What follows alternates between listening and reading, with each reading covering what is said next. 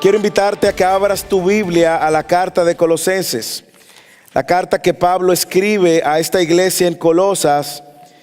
Y en el día de hoy, pues estaremos viendo los primeros versículos, los versículos 1 y 2. Esta carta y este sermón particular de hoy le hemos llamado a los que están en Cristo. Para aquellos que están en Cristo tenemos un mensaje que comunicarles de los primeros versículos. Es una carta para usted. Yo sé que en muchas ocasiones nosotros, en ocasiones cuando salimos a comprar un regalo y andamos rápido, agarramos una tarjeta. Vamos a una de las tiendas y agarramos una tarjeta. Y esa tarjeta muchas veces tiene un mensaje preconcebido, predefinido. ¿No le ha pasado? Pero esa tarjeta, si no viene acompañada de unas palabras por quienes van a entregar el regalo, deja de ser una tarjeta para mí, es como una tarjeta para todo el mundo. Y es esa personalización, lo que se escribe y que se dedica para la persona que va a recibir el regalo, que hace que esa tarjeta que usted compró también aplique para usted. Esta carta yo quiero que la veamos no como una tarjeta que fue así, que se escribió para una iglesia. No, es una carta que fue escrita, personalizada para nosotros también, para cada uno de nosotros.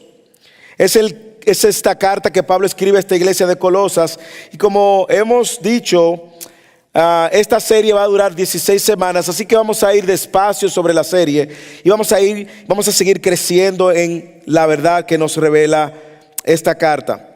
El libro de Colosenses, cuando lo veamos, y lo digo solamente hoy a modo de introducción, es una carta que ha sido destinada justamente a esta iglesia ante la preocupación de Pablo de ver cómo esta iglesia está siendo atacada para deformar el mensaje del evangelio. Pablo sabía de la fe que tenían estos hermanos y Pablo no había visitado personalmente esta iglesia. Sin embargo, había escuchado, como dice el capítulo 1, de la fe que ellos tienen y cómo ellos habían crecido en el entendimiento del evangelio. Sin embargo, Pablo estaba consciente de que esta iglesia estaba bajo presión. Se enfrentaban a riesgos, ciertos requisitos estaban demandando algunos que añadían a la obra de Cristo algún tipo de creencia, filosofía, práctica que vamos a ir viendo durante toda la serie, de manera que en eso entonces ellos pudieran ser salvos o encontrarse completos. Habían corrientes filosóficas vacías que estaban siendo infiltradas. Y Pablo proporciona una doctrina muy sólida acerca de la divinidad de Cristo, la preeminencia de Cristo, la supremacía de Cristo y la suficiencia de Cristo. Pablo, sabemos por los historiadores que nació en la misma década en la que Jesús murió. Y sabemos por el libro de los Hechos que cuando Esteban está siendo apedreado, Saulo era un joven y estaba presente. Algunos han pensado que Jesús que le cambió el nombre de Saulo de Tarso a Pablo, y no es eso. Es el hecho de que Pablo es el nombre grecorromano que él recibe, ya que había sido ciudadano de Tarso, una ciudad de Cilicia que había sido tomada por los romanos, donde él nació y creció. Y su nombre judío era Saulo. En el momento en el cual Jesús se encuentra con él, lo llama por su nombre judío: Saulo, Saulo, ¿por qué me persigues? Cuando Jesús lo llama. Pero el nombre que él recibe ante su ciudadanía grecorromana es el nombre de Pablo. Pablo se encontraba arrestado, estaba en Roma al momento de escribir esta carta. Y se esperaba que iba a ser juzgado luego de haber apelado al emperador Nerón y haber pedido que fuera él quien lo viera.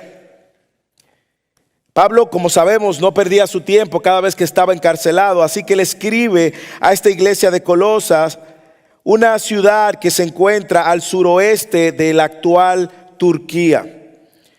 Timoteo, su fiel compañero, le acompañaba. Mientras Pablo estaba en prisión, él había recibido las buenas nuevas de cómo esta iglesia había recibido el mensaje gracias a un fiel siervo llamado Epafras. Y lo que vamos a ver, como yo dije durante toda esta carta, es cómo Pablo de manera muy intencional quiere resaltar y recordarle a la iglesia: Cristo es suficiente.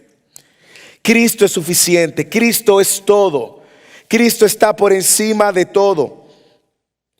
Y Pablo es experto en desempacar estas verdades, primero dejando en los primeros capítulos de su carta el contenido doctrinal y teológico, y luego mostrándole a partir del capítulo 3 cómo van a vivir a la luz de todas las verdades que él les ha enseñado. En el capítulo 1 que iniciamos hoy, Pablo le da un saludo muy básico, y era muy usual el saludo que él da, muy igual. Y si usted lee otras cartas, usted va a encontrar ese patrón de saludo. Usted lo va a ver en Efesios también, en Filipenses, Romanos, un saludo muy similar.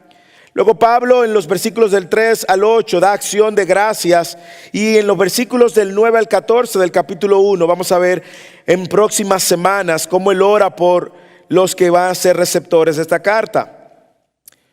Luego vamos a ver que él hace un himno en los versículos 15 al 20 alabando a Dios, y luego como en los versículos del 21 al 23 él aplica ese himno. Eso es el capítulo 1, pero en el día de hoy nosotros vamos a ver solamente el versículo 1 y 2. Y en el versículo 1 y 2 hay un mensaje compuesto por 3 elementos que queremos ver que tiene el saludo. Así que lea conmigo el versículo 1 y 2 de la carta de Colosenses. Es el texto que tenemos hoy delante. Pablo, apóstol de Jesucristo por voluntad de Dios, y el hermano Timoteo, a los santos y fieles hermanos en Cristo que están en Colosas. Gracias a ustedes y paz de parte de nuestro Señor Jesucristo. 2 versículos, y usted dirá, ¿cuál es el mensaje que puede comunicar? Hay mucho en esos 2 versículos, y es lo que vamos a explorar en el día de hoy. En estas palabras de bienvenida, Pablo primero se introduce como apóstol, siervo de Cristo por la soberana voluntad de Dios, y quiere recordarle a la iglesia su identidad, y quiere recordarle a la iglesia las bendiciones que han adquirido en Dios Padre. Todo eso en estos 2 versículos. Así que, ¿qué vamos a ver en estos 2 versículos? Que este mensaje que está compuesto por 3 elementos. Primero, el llamado soberano que recibimos, la identidad cristocéntrica que tenemos, y finalmente las bendiciones que recibimos del Padre. El llamado soberano, la identidad cristocéntrica, y finalmente las bendiciones que tenemos en Dios nuestro Padre. Leamos otra vez el versículo 1. Pablo, apóstol de Jesucristo por la voluntad de Dios, y el hermano Timoteo. Aquí nosotros vemos increíblemente cómo el anuncio del apostolado de Pablo, que había sido un anuncio, como yo dije, que él usaba en muchas de sus cartas, sin duda alguna está conectado al plan soberano de Dios y el llamado soberano de Dios. Pablo anteriormente, como dije, conocido anteriormente como Saulo, si usted recuerda, era un perseguidor de la iglesia, era un antagonista de la iglesia, arrastraba a las personas de sus casas que llamaban ser cristianos. Era un azote para los cristianos y para la iglesia del primer siglo. Y nosotros vemos por la soberana voluntad de Dios, el llamado soberano de Dios, que Jesús se le aparece, lo intercepta, y Jesús le dice: Saulo, Saulo, ¿por qué me persigues? Y él dice: ¿a quién yo estoy persiguiendo? Estás persiguiendo a la iglesia, me estás persiguiendo a mí. Y a partir de ese momento la dirección de la eternidad de Pablo cambia. Era celoso, fariseo, bien instruido en la ley, conocedor del Antiguo Testamento, pero estaba ciego. No podía ver a Cristo como el Mesías, ni tampoco como el único y suficiente Salvador. De hecho, cuando Pablo tiene este encuentro con Jesús, y Jesús le da instrucciones de dónde él tiene que ir, y luego finalmente él se reincorpora, los apóstoles estuvieron un poco dudosos de incorporar a Pablo a la dinámica de la iglesia, porque ellos no estaban muy seguros si Pablo estaba fingiendo y era una estrategia de Saulo para perseguirlo y destruirlos.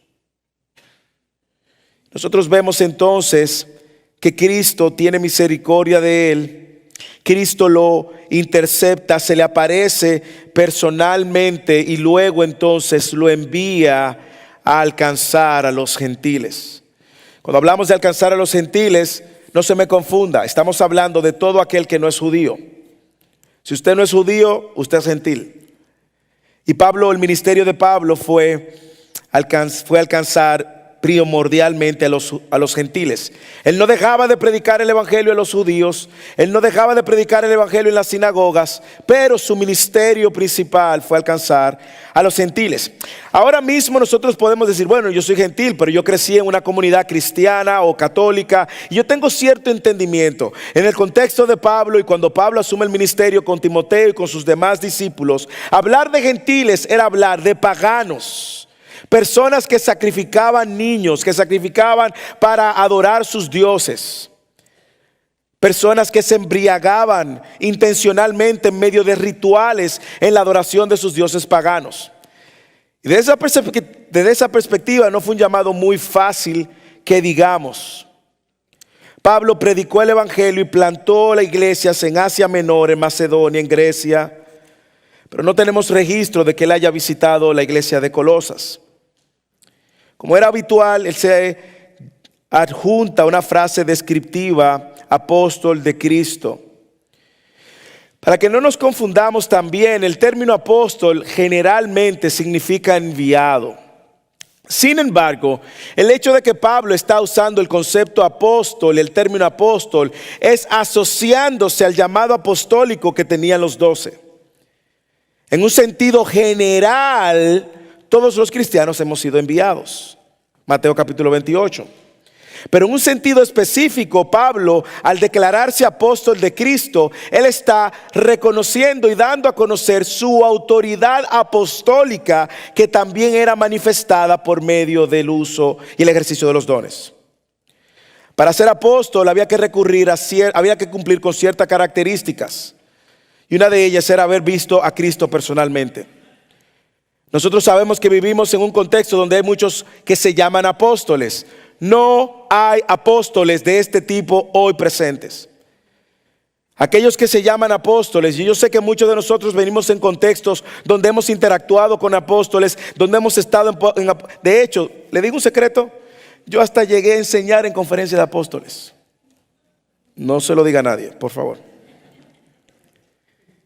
Sin embargo, el llamado apostólico que nosotros vemos específicamente era un llamado apostólico con un propósito muy claro que vemos en Efesios capítulo 2, de cimentar las bases de la iglesia, el fundamento de la iglesia. Pablo se llama apóstol de Cristo, y si usted lee bien el versículo, no fue porque él se autodeclaró apóstol, no fue porque alguien lo autodeclaró apóstol, fue porque Cristo mismo lo llamó y lo envió. Cristo mismo lo llamó y lo envió.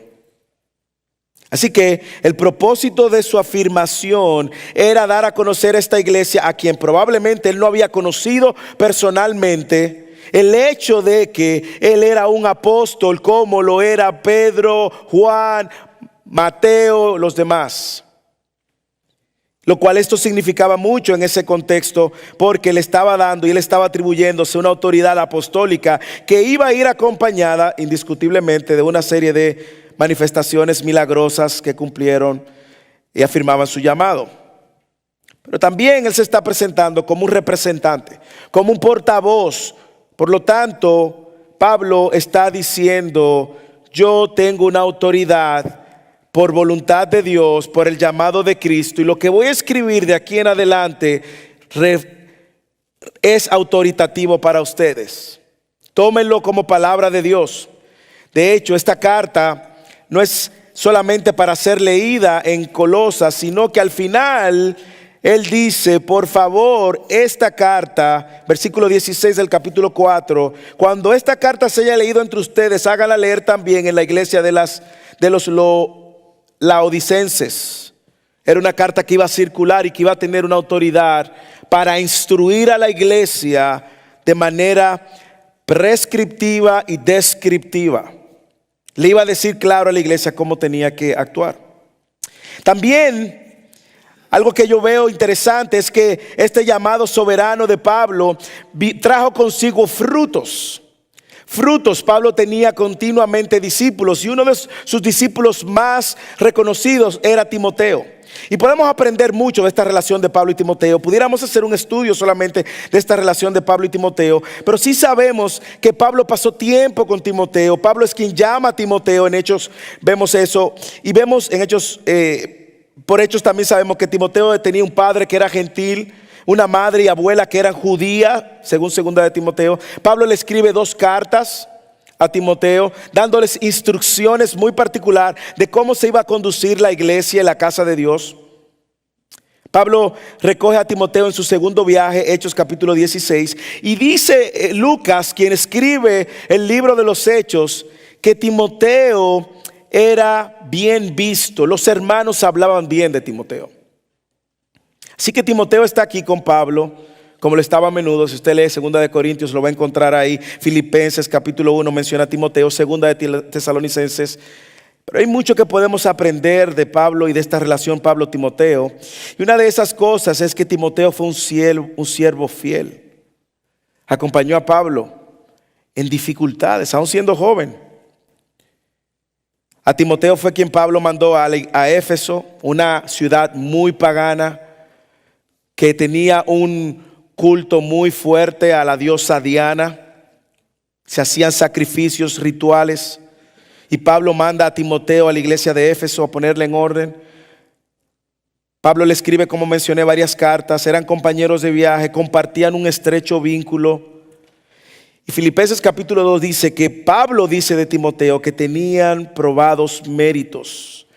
Dice Pablo que él le sirvió como un hijo, le sirve a un padre. Así que encontramos en este saludo el llamado soberano de Dios sobre Pablo, pero también sobre Timoteo, un simple siervo. Un siervo que sirvió fielmente, sacrificialmente, intencionalmente, y que estuvo presente en los momentos más difíciles de Pablo. Dios escoge a Pablo y a Timoteo soberanamente para servirle a las iglesias paganas. Ambos fueron enviados de parte de Dios. Y piénselo por un momento. Ahora nosotros lo leemos y podemos reconocer todo esto de Pablo y de Timoteo. Pero ¿usted se imagina a Dios enviándolo a usted al lugar más hostil, Medio Oriente, donde sacrifican a cristianos por decir que son cristianos, o donde adoran otro tipo de dioses? Imagínese eso. Ahí está Pablo enviando a Timoteo en un momento, y ahí es donde Pablo y Timoteo sirven en varias ocasiones. Pablo veía a Timoteo como un hijo. Timoteo veía a Pablo como un padre. Mucho que aprender. Entre las cosas que podemos aprender es que no había celos entre ellos. No había envidia entre ellos. Tenían claro una misión, llevar el evangelio a las naciones, y ambos tenían claro un propósito: la gloria de Dios. De una manera u otra, todo el que está en este salón en Cristo ha sido llamado soberanamente. Todo el que esté en Cristo ha sido llamado según su plan soberano, de maneras diferentes. Muchos hemos llegado a Cristo por el dolor. Muchos han llegado a Cristo por gracia, una respuesta. Muchos han llegado a Cristo por medio de un sufrimiento, de una crisis. Muchos han llegado a Cristo por medio de la gracia de haber crecido en un hogar cristiano. Pero estamos aquí. Algunos están aquí, están en Cristo. Algunos están aquí y no están en Cristo. Algunos están aquí y creen que están en Cristo y no están en Cristo. Pero si tú estás en Cristo, Dios te ha llamado soberanamente por medio de Jesús. No lo olvides. Jesús, el medio de salvación. Todo el que está en Cristo ha sido también enviado por Cristo, de alguna manera, a servir.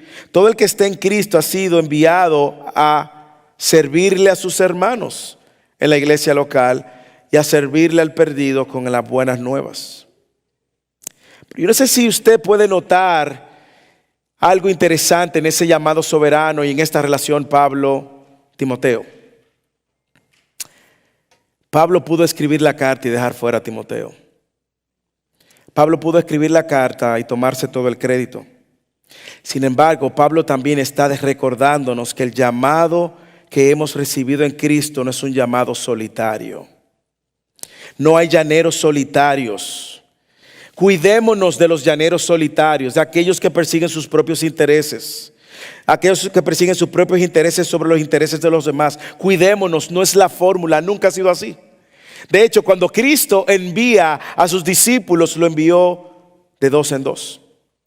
Y Pablo una vez más nos está recordando, él no está solo. El ministerio no se hace solo. Usted puede tener sus opiniones, pero el ministerio no se hace solo. La vida de iglesia no es de llanero solitario. Y cuando usted ve a alguien que le dice que es cristiano y no se congrega, o cuando ve a alguien congregándose que anda por su propia cuenta, sin querer estar unido al cuerpo de Cristo, sin querer rendir cuentas al cuerpo de Cristo, sin querer someterse al cuerpo de Cristo, levanta una bandera roja. Porque nosotros aún en el ejercicio de Pablo vemos a un Pablo reconociendo que necesita y que anda con su compañero Timoteo. Señores, Dios nos ha hecho un llamado soberano para andar en medio de una comunidad, para no andar solo, para no cargar solo, para animarnos unos a otros, exhortarnos unos a otros. Y como mencionado en sermones anteriores, esa palabra unos a otros aparece más de 50 veces solo en el Nuevo Testamento. ¿Y qué nos está enseñando? De que nos necesitamos, hermanos. Usted no es un llanero solitario.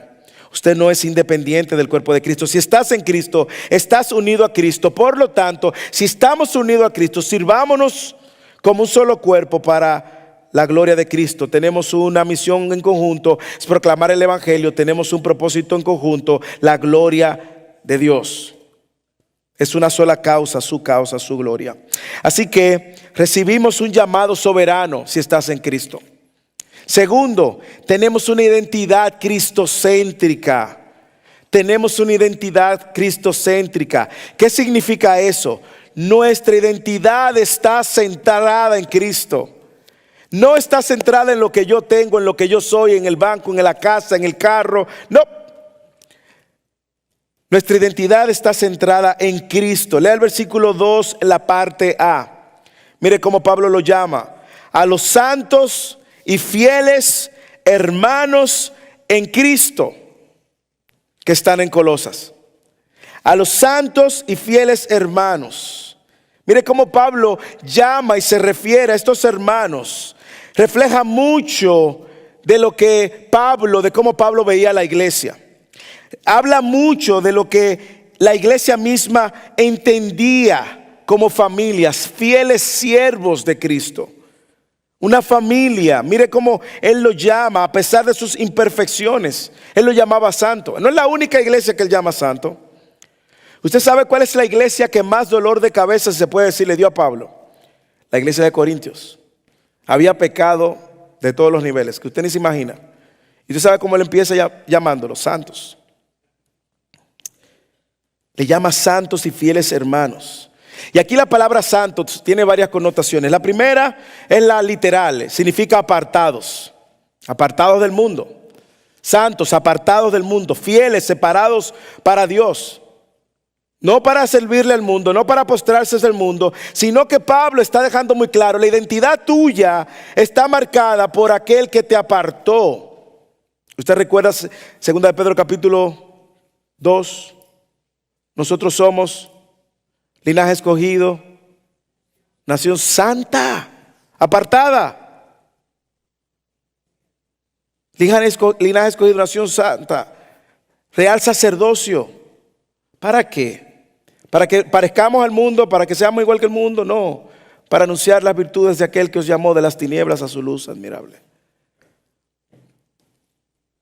En un sentido también, Pablo le está llamando santos por la sencilla razón de que aquellos que están en Cristo, su identidad es que son santos. Y nosotros llamamos a eso una santidad posicional. ¿A qué se refiere, pastor, usted con eso?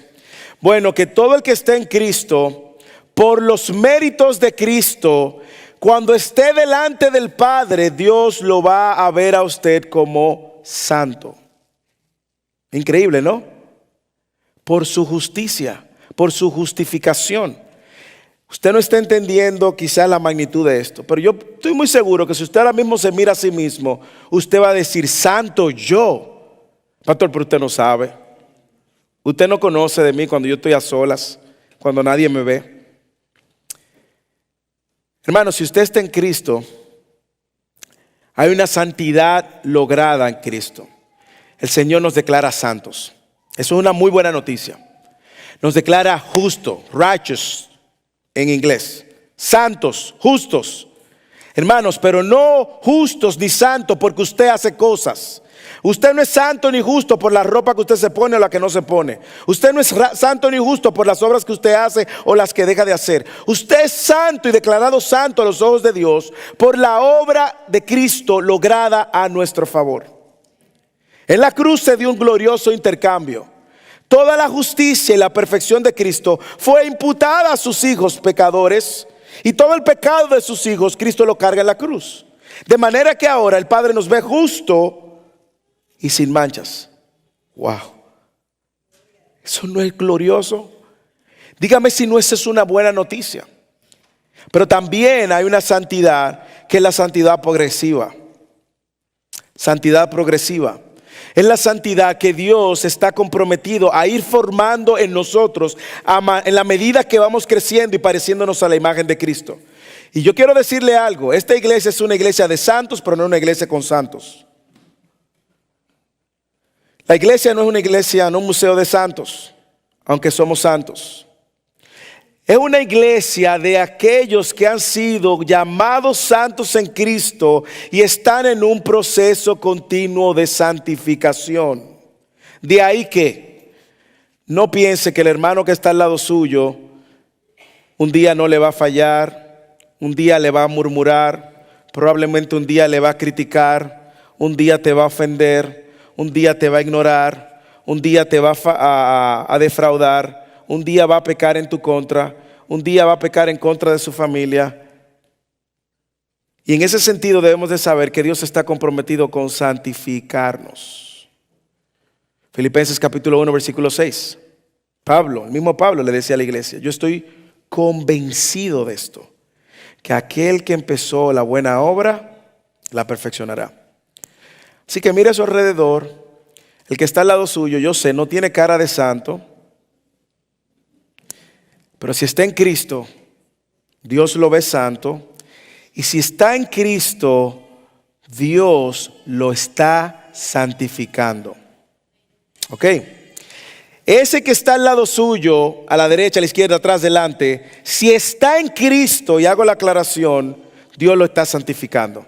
Mire cómo dice el saludo, no lo pierda de vista. Los santos y fieles hermanos, ¿en quién? En Cristo. Fuera de Cristo no hay manera de lograr la santidad que Dios requiere, ¿ok? Pero si estás en Cristo hay una santidad lograda, hay una santidad progresiva. Hemos sido llamados por Cristo, apartados por Cristo, y eso es lo que ahora nos define. Y déjeme decirle por qué eso tiene un gran impacto en nuestra manera de ver la fe. Eso tiene una manera, me ayuda a dos cosas. Uno, a ser paciente conmigo y a ser paciente con mi prójimo. ¿Sí o no? Porque yo sé que ese hermano, hermana a mí en Cristo me puede fallar, pongo las expectativas en el lugar correcto. Pero si está en Cristo, Dios lo va a ir santificando.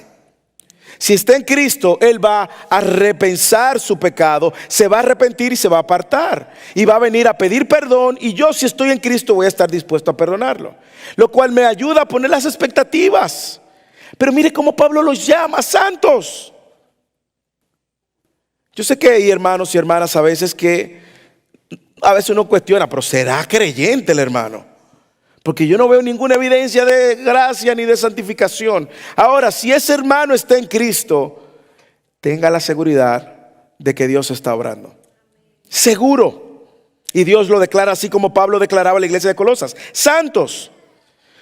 Pablo lo identifica así porque esa es la identidad adquirida en Cristo. Su identidad no es un label que le recuerda a su pasado. Divorciado, homosexual, adúltero, ladrón. No, las cosas viejas pasaron. Mi identidad es lo que Dios dice de mí. Mi identidad está definida no por lo que otro dice, no por lo que la sociedad dice, no por lo que mis amigos dicen, ni por lo que yo mismo pienso. Mi identidad, si tú estás en Cristo, está definida por Dios. Y Dios te llama santos. Dios nos llama santos. El Salmo 16:3 dice: en cuanto a los santos que están en la tierra, ellos son los nobles en quienes está toda mi delicia. ¿A qué se está refiriendo el salmista? Justamente a esto que Dios había apartado.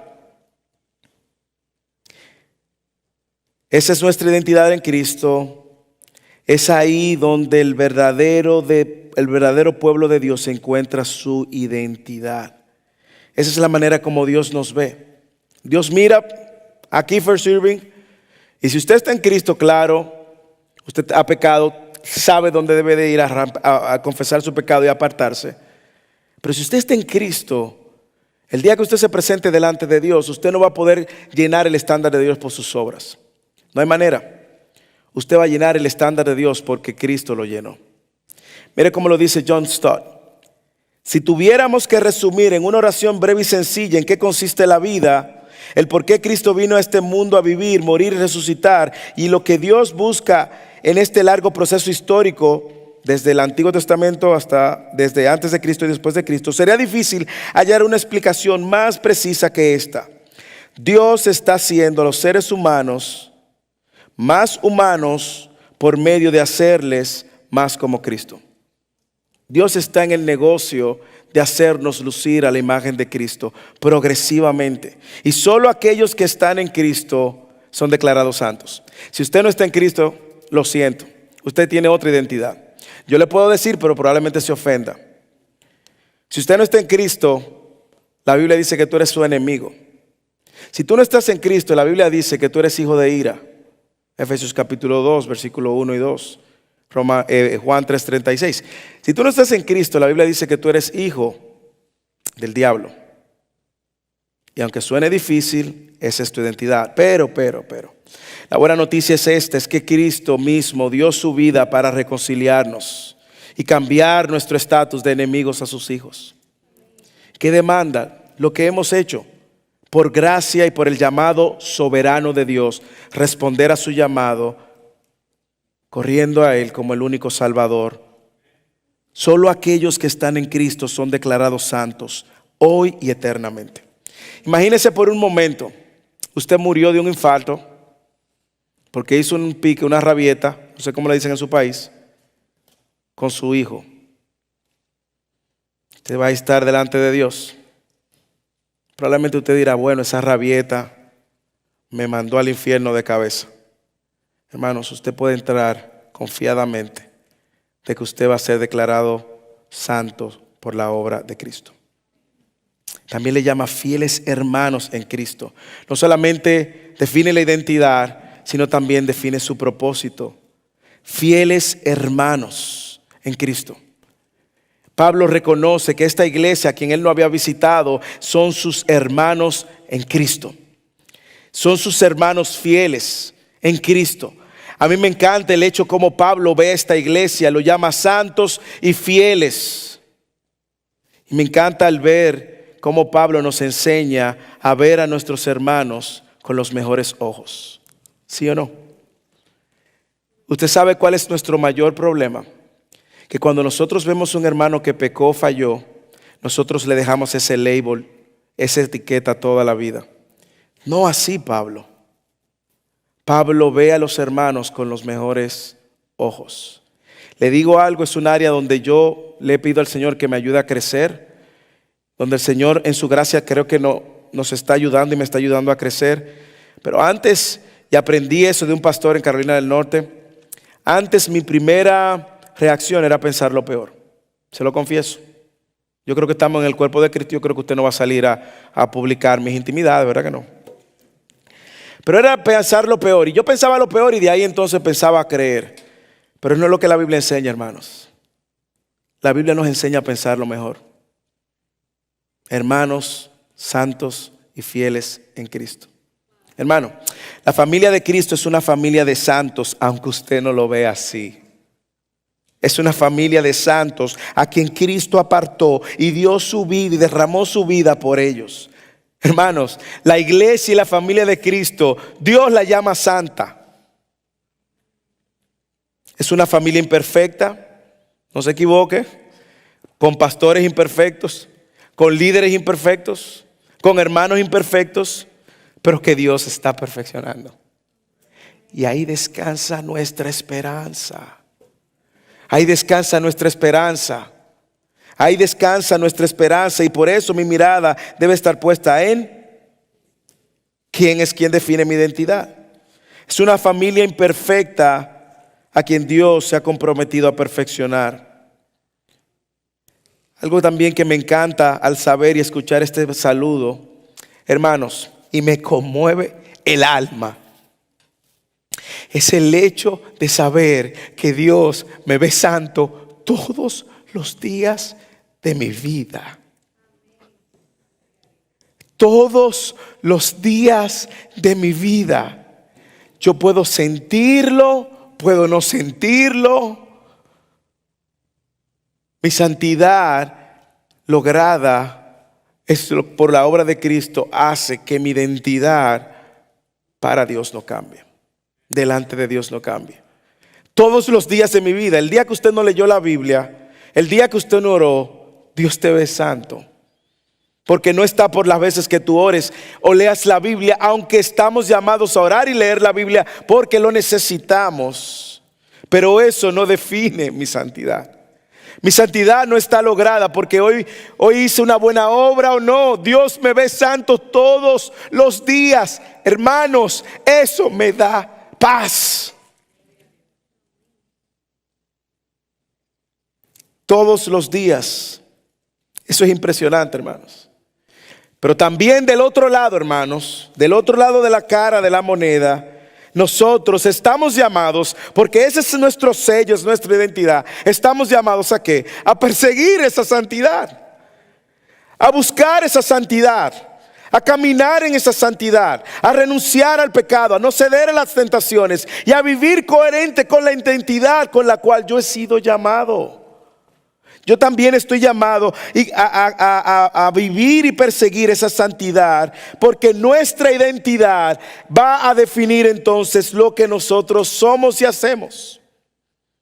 Dios me llama santo, pues entonces yo persigo esa santidad. Y déjame decirle algo. Fuera de Cristo es imposible. En Cristo es posible, porque ahora en Cristo yo tengo el Espíritu Santo que me guía a esa verdad, que me mueve a esa verdad, que me hace ver el pecado y huir de él y rechazarlo. Y ese Espíritu Santo ahí que está obrando a mi favor, ayudándome a ver el pecado que antes del cual yo era ciego. ¿Sí o no? ¿Usted no le ha pasado eso? Lo hemos escuchado, testimonio de hermanos que dicen: hermanos, yo antes no veía mi pecado, ahora lo veo. Usted sabe cuándo usted tiene que preocuparse, hermano, cuando usted no ve su pecado. Si usted no ve su pecado, hermano, doble su rodilla y preocúpese. La cosa es grave. Pero ahora usted puede ver su pecado, arrepentirse y huir de él. Es una gracia de Dios y que nos mueve a perseguir la santidad de Dios, ya que nosotros somos lo que Dios dice que somos. Por lo tanto, debemos de vivir como Dios dice que vivamos. ¿Qué te define? ¿Dónde tú crees que está tu identidad? ¿Está en tu matrimonio, en tu estatus social, en tu estatus migratorio, en lo que tú tienes, la casa que tú tienes, el carro que tú tienes, el dinero que tú tienes? Vanidad. Si pusiste tu identidad ahí, pusiste tu identidad en un terreno movible. En cualquier cosa fuera de Cristo es arena movediza. Si estás en Cristo, tu identidad está definida por lo que Dios dice. ¡Qué gozo! Yo mismo no digo lo que yo soy, Dios lo dice de mí. Así que el mensaje para los que están en Cristo es que tenemos un llamado soberano. Segundo, tenemos una identidad cristocéntrica. Y finalmente, somos bendecidos por el Padre. Y hay 3 bendiciones que yo quiero que usted vea en esta última línea del versículo 2.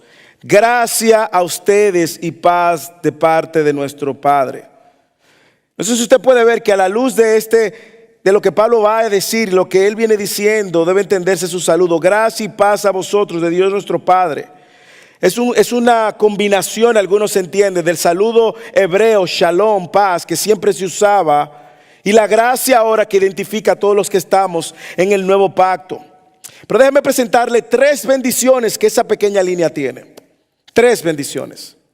La primera es, en Cristo, gracias al Padre, tenemos gracia.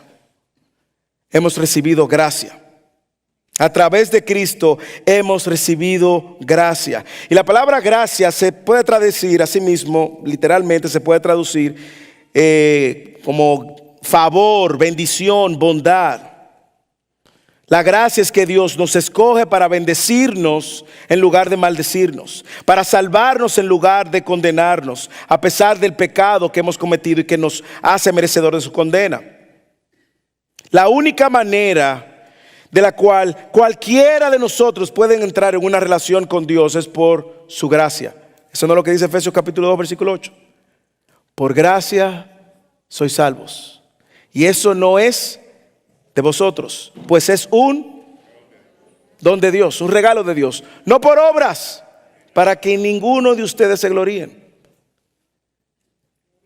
Pero la primera manifestación de gracia, porque Dios ha sido un Dios de gracia, la vemos en el Edén. Adán y Eva acaban de pecar, se ocultan, se esconden con hojas.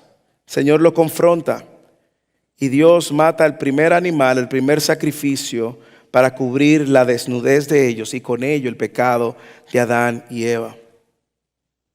Pablo usaba mucho esta frase, gracia y paz, gracia a vosotros de parte de nuestro Padre y el Señor Jesucristo. Romanos 1:7, Efesios 1, Corintios 1. Pero recuerde esto, toda gracia fluye ¿de quién? De Dios.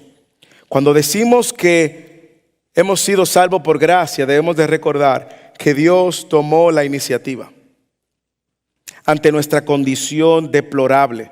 Alguien dice, la gracia siempre significa que es Dios quien toma la iniciativa e implica la prioridad de la acción de Dios a favor de pecadores necesitados. Todo lo que tenemos, somos y seremos es por gracia. La salud que usted tiene, gracia. La casa, el trabajo que usted tiene, gracia. La salvación, que es lo más importante, por pura gracia, no por obras, para que nadie se gloríe. ¿Qué significa la gracia? Que usted recibió lo que usted no merecía. Usted merecía condenación eterna. Y Dios le salvó a pesar de usted, por su pura, soberana voluntad. Gracia. Y esa bendición la tenemos en el Padre por medio de Cristo. ¿Cuál es la segunda bendición? Yo pudiera durar mucho en gracia y hablar más de gracia, pero tengo que ir cerrando. ¿Cuál es la segunda bendición? La segunda bendición en el Padre por medio de Cristo, a los que están en Cristo, es nuestra paz con Dios. Nuestra paz con Dios. Usted vuelve al Génesis. En el principio el hombre tenía una comunión perfecta.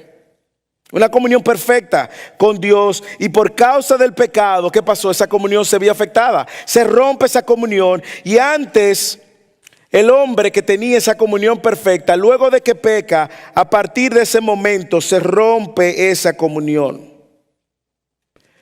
Todo el ser vivo que nació después de Adán y Eva nace en un estado natural de pecado y consecuentemente enemistado de Dios. Sí, hermanos, aunque usted no lo crea, usted es enemigo de Dios si no está en Cristo. Si usted no está en Cristo, esa es su condición, enemigo de Dios por causa del pecado de Adán y de Eva. Tenemos una disposición natural para rebelarnos a la autoridad de Dios, para rebelarnos en contra de Dios, para adorar a nuestros propios dioses o a cualquier otro Dios que no sea Dios. Esa es nuestra tendencia natural fuera de Cristo. Y aún en Cristo vemos cómo Dios nos está santificando y haciéndonos morir a esa naturaleza. Nosotros nos llegamos a creer que somos nosotros dioses de nosotros mismos. y que nos adoramos a nosotros mismos. Yo siempre le hablo a mi suegra, ella se llama Diosa. Digo yo, Diosa, cuidado con adorarse a usted mismo. No, ella no se adora a sí mismo, creo yo. No, ella no se adora a sí mismo. Sin embargo, es la tendencia natural de hacer de nosotros dioses de nosotros mismos. ¿Y qué va a hacer Dios? Dios en su justa santidad, en su perfecta justicia, Dios no puede pasar por alto el pecado ni nada que se revela contra Dios. Nada ni nadie. Esa justicia demanda un ¿qué? Castigo. Romanos 3:23. Por cuanto todos pecaron, están destituidos de la gloria de Dios. Romanos 6:23. La paga del pecado es muerte. Ese es el castigo que todos merecen. Justamente, lo peor, nosotros no podemos reconciliarnos con Dios por nuestros propios esfuerzos. No hay manera de poder hacer paz con Dios por nuestros esfuerzos, nuestras obras. De hecho, Isaías 64:4, ¿qué dice? Que nuestras mejores obras son como trapo de inmundicia. Lo mejor de nosotros son trapos de inmundicia. Y los trapos de inmundicia se usaban por varios propósitos. Uno de ellos era envolver a los leprosos que se estaban pudriendo. Así que en nuestro estado pecaminoso no podemos reconciliarnos, no podemos tener paz con Dios, no importa cuánto nos esforcemos o lo intentemos, por usted mismo no hay manera. Así que como toda la gracia fluye de Dios, toda paz viene de Dios por medio de Cristo, y Él es entonces quien provee el medio para reconciliarnos. ¿No fue eso lo que dijo Jesús? Mis pasos dejo en Juan 14, mis pasos doy, no como la que el mundo da, yo la doy. La paz de este mundo es una paz muy centrada en cómo tú te sientes, ¿sí o no? Tranquilidad de espíritu, energía, buena vibra. Nadie que tenga mala vibra se me acerque. Sin embargo, por las Escrituras sabemos cómo se logra esa paz con Dios. Dios toma la iniciativa, hermanos. Dios toma la iniciativa de buscar la paz con nosotros. Envía a su Hijo. Isaías 9:6 lo venía profetizando. Y al Mesías le iban a llamar como príncipe de paz. Jesús entonces vive esa vida perfecta. Cumple el estándar de Dios. Su crucifixión, va a la muerte pagando por los pecados de todos aquellos que confiaran en Él y que Él soberanamente iba a salvar. Y en su resurrección entonces nos garantiza esa justificación ante Dios. Isaías 53 dice: el castigo de nuestra paz cayó sobre Él. Eso es glorioso, hermanos. Ahora, ¿qué significa que tenemos paz? Déjeme ir desempacando esto, porque paz puede quedarse en lo que usted entiende por paz, que se siente bien, yo siento paz. A veces Dios nos manda a hacer cosas que no son cómodas y decimos, bueno, no sentí paz, sentí paz. Déjeme decirle, Jonás no sintió paz. María, cuando recibió el llamado, y José recibieron el llamado, no sintieron paz. Se turbó su corazón, y cuando Dios le mandó el ángel, le dice, no tengan miedo, estamos en control. ¿Qué significa que tenemos paz, hermanos? Primero significa que nuestras conciencias están limpias. Hebreos 10:22. Acerquémonos con corazón sincero, en plena certidumbre de fe, teniendo corazón purificado de mala conciencia. Significa que ahora yo delante de Dios no tengo cuentas que arreglar porque Cristo las arregló por mí. Yo vengo ahora continuamente al trono buscando perdón por mis pecados y buscando el favor para vencer la tentación. Tener paz significa que ya no cargamos con el peso de la culpa que nos atormentaba todos los días.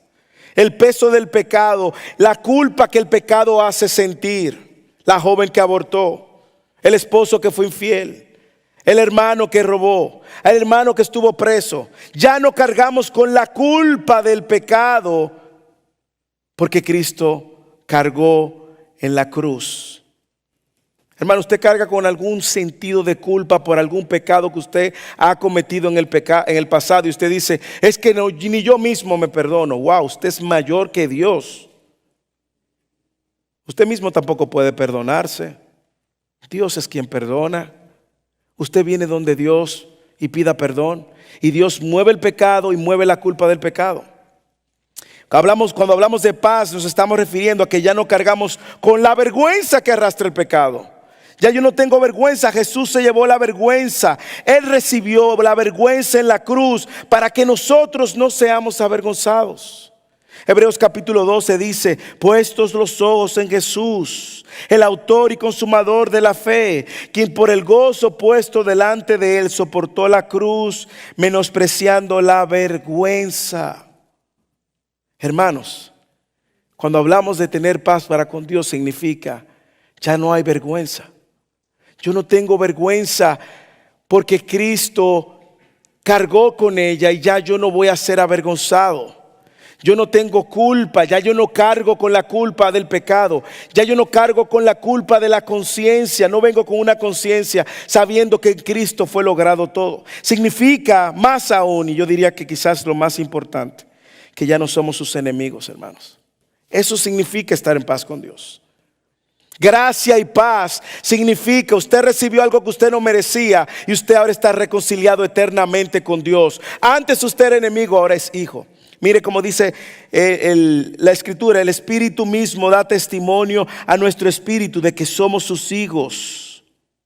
Y si hijos, también herederos, herederos de Dios y coherederos con Cristo. Qué buena noticia, hermanos. Así que cuando Pablo saludaba gracia y paz, él tenía mucho que decir en esas palabras. Una paz que es solo lograda en Cristo y una gracia que es recibida por los méritos de Cristo. Si nos visitas hoy, es bueno que tú sepas que por causa de tu pecado tú estás en enemistad. Tu pecado, mi pecado, rompió esa comunión de paz con Dios. Sin embargo, la Biblia dice que cualquiera que invoque el nombre del Señor, cualquiera que cree en su corazón que Jesús es el único camino a Dios, esté listo para correr a Él como el único Salvador y rendirse, Él lo salvará. Una autora, Ellis Fitzpatrick, dijo: la paz comienza a llenar mi alma cuando recuerdo la verdad del Evangelio. ¿Cuál es esa verdad? De que soy más pecador y condenable que lo que jamás me atreví a creer, más amado y bienvenido de lo que jamás me atreví a esperar. Merezco menos que nada, pero se me ha dado todo. Eso es gracia y paz. Moisés, tú dijiste que eran 3 bendiciones. Mencionaste gracia, mencionaste paz. ¿Cuál es la tercera bendición? Hermanos, está delante de ustedes Dios mismo, nuestro Padre. Dios mismo, la mayor bendición es que tenemos a Dios como nuestro Padre. Léalo el versículo completo. Gracia y paz a los que están en Cristo. Gracia y paz de parte de Dios, nuestro Padre. La tercera y mayor bendición es Dios mismo. Y la razón por la que usted y yo estamos aquí, por la razón por la cual Cristo nos salva, nos reconcilia, es para pasar una eternidad con Dios mismo. Y yo sé que cuando usted piensa en Dios, está pensando en el Padre. Él piensa en la triunidad, es estar eternamente con Dios mismo, y quien tenemos en Dios mismo a un Padre fiel, perfecto. No pierda de vista eso. Ahora tenemos un Dios y Dios es nuestro Padre, y todo el que está en Cristo ahora tiene, aunque sea un huérfano en la tierra, tiene un Padre. A Él es quien adoramos, Él es nuestro mayor tesoro, en Él estamos completos, hermanos, y de eso se trata. De eso se trata todo esto. Cristo nos revela al Padre, el Espíritu Santo nos revela a Cristo, el Espíritu Santo nos revela a Cristo, el Cristo nos revela al Padre, y en Él estamos entonces completos. Y de eso se va a tratar toda esta serie de Colosenses. De que Él es suficiente, de que tenemos a Dios mismo, y esa es nuestra mayor bendición. Lo más glorioso de estar en Cristo es que tenemos a Dios mismo. Hermanos, marinen esas 3 verdades en su corazón. Esas 3 verdades al que está en Cristo. El que está en Cristo, usted ha sido llamado soberanamente. El que está en Cristo tiene una identidad centrada en Cristo. Y el que está en Cristo tiene todas las bendiciones del Padre. Oremos.